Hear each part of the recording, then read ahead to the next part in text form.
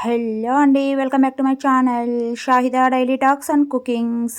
ఈరోజు రెసిపీ వచ్చేసి చికెన్ పకోడా ఎలా ప్రిపేర్ చేసుకోవాలో చూసేద్దాం. బయట కన్నా ఇంట్లో చేసుకొని తింటే చాలా తృప్తిగా ఉంటుంది. ఆ ఫీలింగే వేరే లెవెల్. అలాగే బయట ఏ నూనె వాడి చేస్తారో ఎలా చేస్తారో కదా, మనం ఇంట్లోనే ఇలా ఈజీగా ప్రిపేర్ చేసుకొని తినేద్దాం హాయిగా ఎంజాయ్ చేసుకుంటూ. అయితే వీడియోలోకి వెళ్ళిపోదామండి. ముందుగా మంచిగా వాష్ చేసుకున్న చికెన్ తీసుకొని ఇందులో తగినంత సాల్ట్ వేసి, రుచికి సరిపడా మీరు ఎంత క్వాంటిటీ తీసుకుంటున్నారో ఆ చికెన్కి సరిపడా వేసుకోండి సాల్ట్. అలాగే కాస్తంత ధనియాల పౌడర్, చిటికెడంత పసుపు, అలాగే కారం మీ రుచికి సరిపడా వేసుకోండి. అలాగే కాస్త ఎక్కువ వేసుకోమని అయితే నేను ప్రిపేర్ చేస్తాను.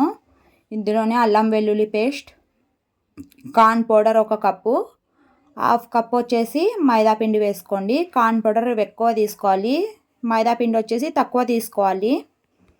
కార్న్ పౌడర్ ఎక్కువ వేయడం వల్ల క్రిస్పీగా వస్తుంది. అలాగే కాస్త కరివేపాకు, కస్తూరి మేతి కూడా వేసేయండి, 1 పావు కప్పు మెయిన్.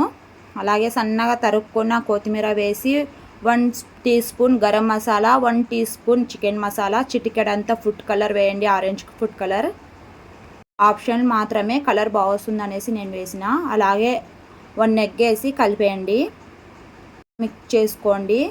ఒకవేళ మీకు గట్టిగా అనిపిస్తే ఇంకో ఎగ్ పలగొట్టి వేసుకోండి. నాకైతే కొంచెం గట్టిగా అనిపించి ఇంకో ఎగ్ వేసి బాగా కలిపాను, అన్ని ముక్కలకి మసాలా బాగా పట్టేలా. చూసేయండి, ఇలా మొత్తం కలిపేసి 1 అవర్ పాటు ఫ్రిడ్జ్లో ఉంచుకోండి. బాగా మసాలా మొత్తం ముక్కలకి పడుతుంది. 1 అవర్ తర్వాత చూసేయండి. ఇదిగోండి, ఆయిల్ పెట్టుకొని ఆయిల్ హీట్ అయిన తర్వాత మంచిగా కాగాలండి ఆయిల్.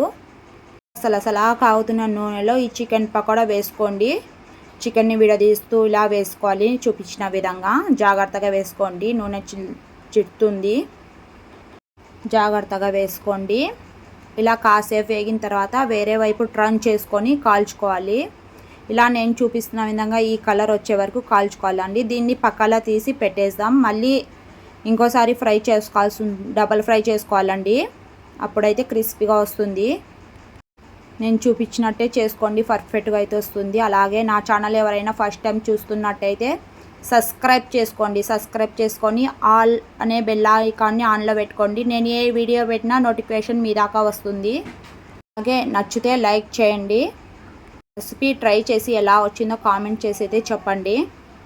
తీసాను కదా, ఇంకో బాయి వేసుకుందాం.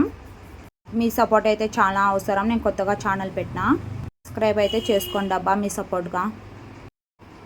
చాలామంది అయితే చూస్తున్నారండి, సబ్స్క్రైబ్ అయితే చేసుకోవట్లేదు. చేసుకోండి అబ్బా, పోయేదేం లేదు, ఫ్రీగానే.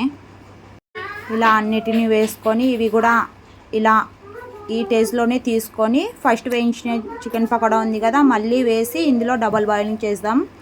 కాసేపు వెయిట్ చేయాలండి. ఇది ఆయిల్ మళ్ళీ హీట్ అవ్వాలి, బాగా సలసలా కావాలి. ఇలా మళ్ళీ వేసేసి మళ్ళీ ఫ్రై చేసేద్దాం, అప్పుడు క్రిస్పీగా ఉంటుంది.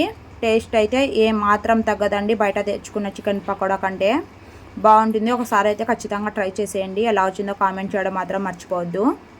ఇదిగోండి, బాగా క్రిస్పీగా వచ్చినాయి చూడండి.